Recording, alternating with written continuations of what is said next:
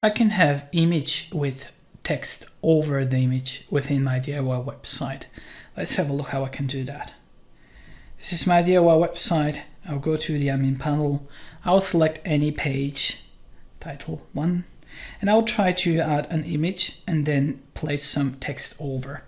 For that, I will use the plus button on the left here, and I'll select headline.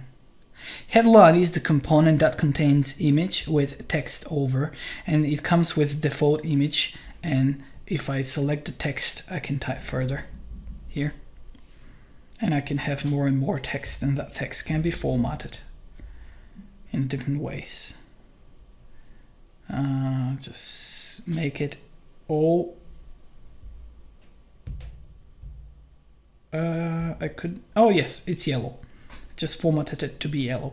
Now how do I change the background image? I'll use the pencil on the right, use the camera icon, select a different image from the one that I have on my phone, or you can take a picture from your phone and place it over there. Let's see, that one. And then